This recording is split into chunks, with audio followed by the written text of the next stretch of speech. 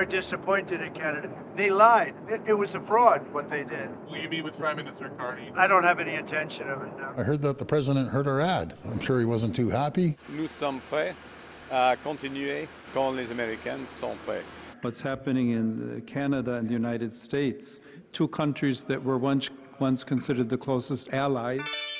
On en discutait un peu plus tôt dans l'émission. La décision subite de Donald Trump de suspendre les négociations a créé une onde de choc au pays jeudi soir. Mark Carney, qui est arrivé en Malaisie, joue de prudence jusqu'à maintenant dans sa réaction. Il tente de calmer le jeu, même si, jusqu'à tout récemment, son gouvernement se disait optimiste d'en arriver bientôt à une entente sur l'acier et l'aluminium, entre autres. Alex, Chantal, Michel, bonjour.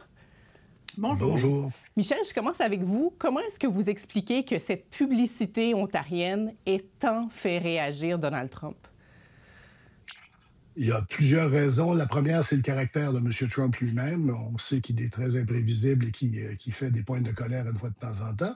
Mais ce qui le dérange vraiment, je crois, c'est pas tant le côté canadien, c'est le côté américain. C'est de dire que Ronald Reagan, qui est un demi-dieu pour les républicains, toujours encore aujourd'hui, était un libre-échangiste et que lui, c'est même lui qui a initié les accords de libre-échange avec M. Mulroney. Alors, son tweet à M. Trump, c'était de dire non, il adorait les tarifs, il ne faisait que ça, M. Reagan. Oui. C'est pas vrai, mais c'est ça qui le dérange. Chantal, est-ce que M. Trump se cherchait une excuse là, pour rompre les négociations? C'est pas la version officielle du gouvernement du Canada, mais j'ai tendance à y souscrire néanmoins. Et pourquoi je vous dis ça? D'abord, l'enregistrement dont le premier ministre de l'Ontario s'est servi pour la publicité circule depuis déjà des mois sur les médias sociaux. Moi, je l'avais regardé au complet et j'en avais vu des extraits à plusieurs reprises. Alors, c'est pas un journaliste d'enquête qui a déniché ça et là, tout à coup, le gouvernement de l'Ontario s'en est saisi. On n'est pas là du tout. Mais autrement, le gouvernement du Canada se disait optimiste. Dans les faits, le gouvernement du Canada avait soufflé le chaud et le froid sur la question d'une entente possible sur quelque chose depuis déjà quelques jours. Et les échos qu'on entendait de Washington, mais pas du gouvernement du Canada directement, c'est que ce que Donald Trump voulait, c'était une espèce de capitulation sur une série de secteurs pour dire, bon, ben dans ce cas-là, je vous impose un petit peu moins de tarifs sur tel produit ou tel autre. D'ailleurs, il y a un conseiller économique de Donald Trump en fin de semaine qui a dit, vous savez, on a vraiment de la misère avec eux à la table de négociation, ils sont vraiment intransigeants.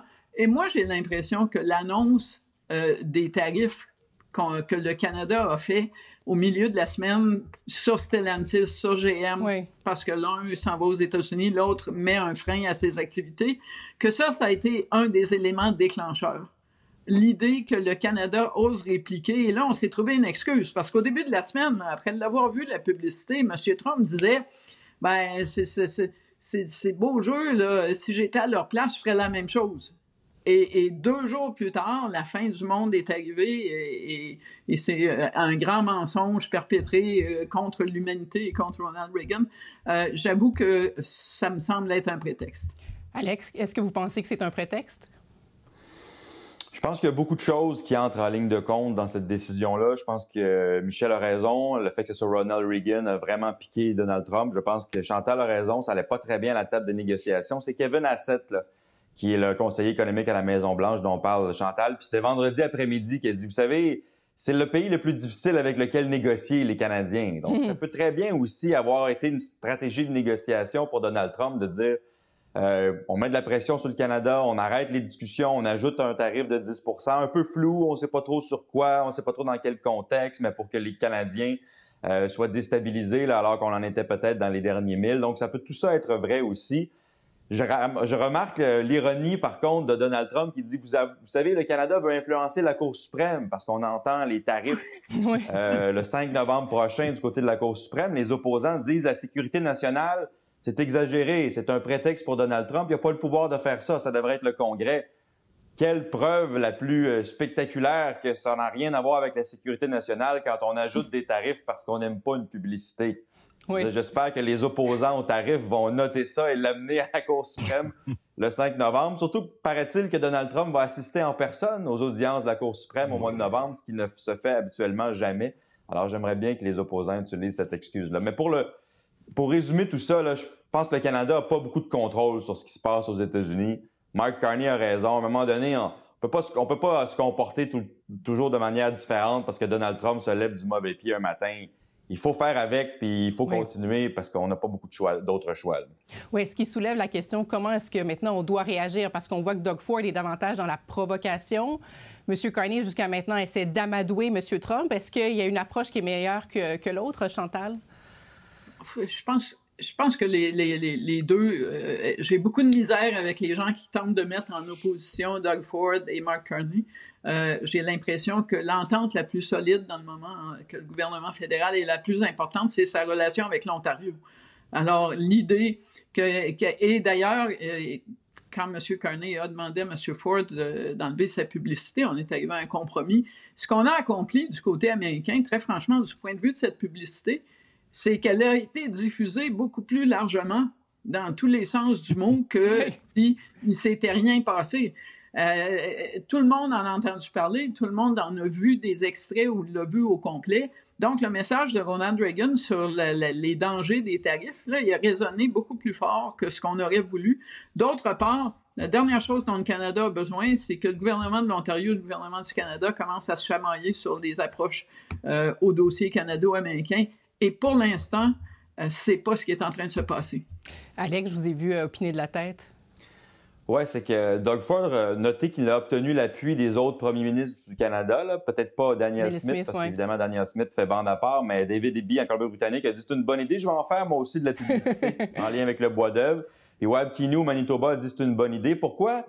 Bien, parce que les premiers ministres des provinces, puis je pense que Mark Carney y pense aussi, mais lui a un échéancier un peu plus court, inévitablement, voudrait avoir une entente. Mais les premiers ministres du Canada se disent le prochain gros moment important, c'est les élections de mi-mandat. Les élections de mi-mandat dans 1 an, il faut qu'il se passe quelque chose. Il faut que Donald Trump perde le Congrès. Il faut qu'on ait des alliés là, qui sont en place pour être capable de freiner Donald Trump au Congrès. Et pour ça, il faut parler aux Américains. Il faut qu'eux votent. Il faut qu'eux trouvent que l'inflation est élevée. Il faut qu'eux trouvent que ça n'a pas de sens. Donc, il faut s'adresser à eux. On ne peut pas juste parler à Donald Trump. Il faut parler aux Américains. Oui. Et donc, Mark Carney, lui, évidemment, il travaille à une entente. Alors, il trouve que la stratégie, elle est peut-être audacieuse, provocatrice, mais Doug Ford dit, moi, il faut que je vise un peu plus long terme. Là. Il faut qu'il y ait une cassure avec ce régime-là l'année prochaine.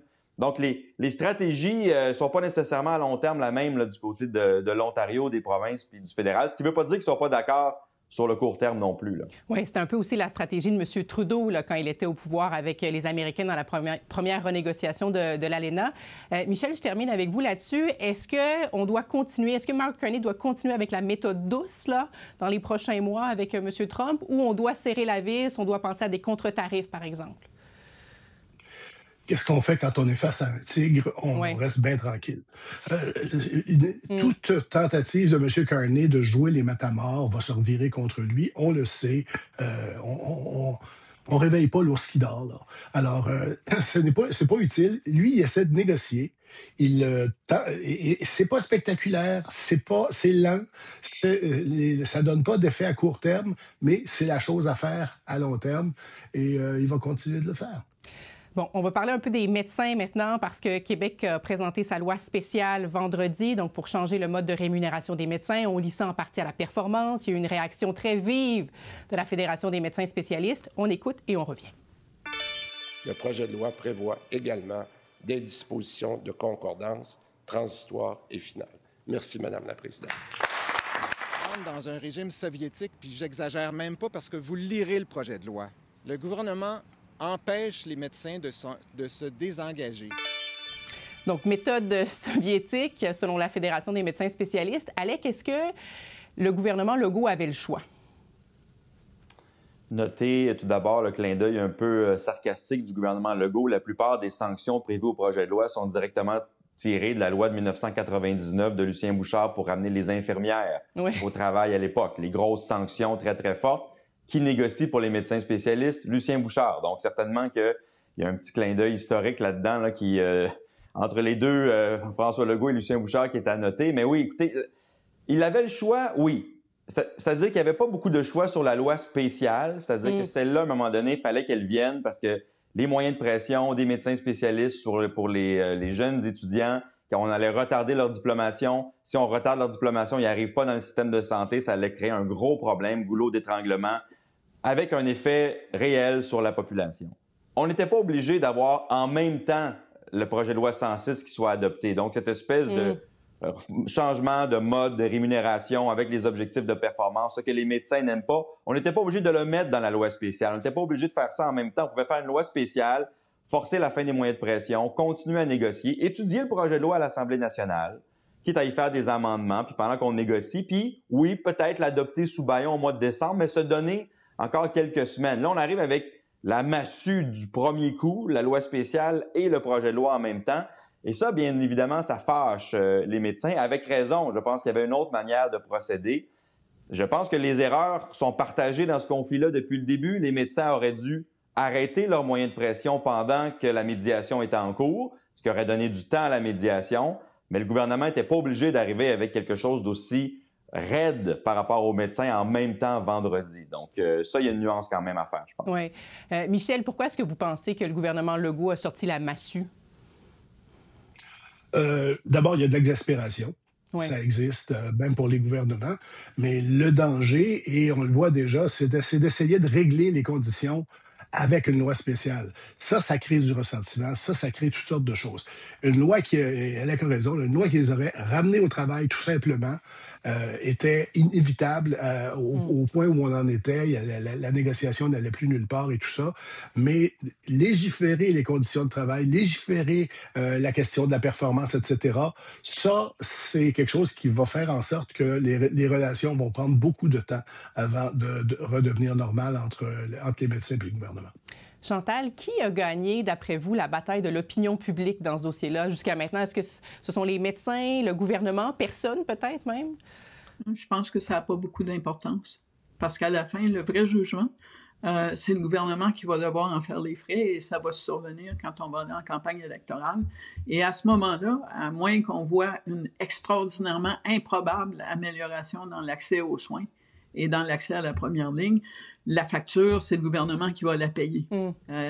Les fédérations de médecins, personne n'est obligé d'être sympathique à un syndicat ou à une fédération pour comprendre qu'ils font leur boulot, c'est-à-dire représenter les intérêts de leurs membres. Puis faire le coup par coup, qui a compté, qui n'a pas compté, ça aura aucune espèce d'importance à la fin de l'exercice. Le gouvernement dit qu'il est en train d'améliorer les choses avec une loi massue. Il est permis d'en douter. On va pouvoir en voir les conséquences d'ici le mois d'octobre et le gouvernement va récolter la rançon de l'adoption de cette loi-là à ce moment-là. Le système, imposer des conditions de travail, on encourt à Ottawa des lois de retour au travail. Généralement, on ouvre une voie pour la suite des négociations. On ne ferme pas le dossier dans la loi spéciale, y compris, par exemple, envoyer tout ça à l'arbitrage. C'est pas ce qui s'est passé vendredi. Dans la loi de vendredi, le gouvernement se donne tous les pouvoirs pour court-circuiter toutes les avenues. Ça ne peut pas résulter dans des résultats particulièrement sains pour le système de santé. Rapidement, en terminant, Alex, justement là-dessus, est-ce que vous pensez que ça aide politiquement le gouvernement Legault en vue de son rendez-vous électoral de 2026 à gagner des points? Je pense qu'il y a bien des gens qui sont contents qu'on serre la vis aux médecins. Oui. Ils sont bien payés, on n'a pas d'accès, les listes d'attente sont longues, donc les gens se disent on a essayé beaucoup de choses, pourquoi pas essayer cette méthode-là, puis si le gouvernement pense qu'il est capable d'améliorer les choses, go. Le problème, c'est que ce serait comme ça si la fin du match était là. Oui. Mais il va se passer encore des choses. Vous allez entendre des cas de médecins qui vont aller au Nouveau-Brunswick, en Ontario, aux États-Unis, peut-être pas par milliers comme le disent les fédérations. Moi, je crois pas qu'il y a des milliers de médecins qui vont transplanter leur famille, aller vivre en anglais, puis surtout pas aux États-Unis avec l'ambiance actuelle avec Donald Trump. Mais ça en prend pas des milliers pour déstabiliser le réseau puis faire de grandes manchettes. Ça prend un médecin de famille par-ci, par-là, 2, 3 spécialistes par-ci, par-là qui décident d'aller au Nouveau-Brunswick ou en Ontario. Le système est déjà tellement étiré à son maximum. L'élastique est déjà tellement rendu loin que 200-300 médecins qui quittent sur les 20 000, puis vous allez voir que l'élastique va briser dans plusieurs régions. Donc, les manchettes négatives ne se sont pas terminées vendredi. Et c'est là que j'ai hâte de voir comment le gouvernement va s'en sortir. Je suis pas certain que ça va être aussi simple qu'ils le pensent. Très intéressant en tout cas. Alex, Chantal, Michel, merci beaucoup d'avoir été là ce matin et bon dimanche. Au revoir. Au revoir. Au revoir.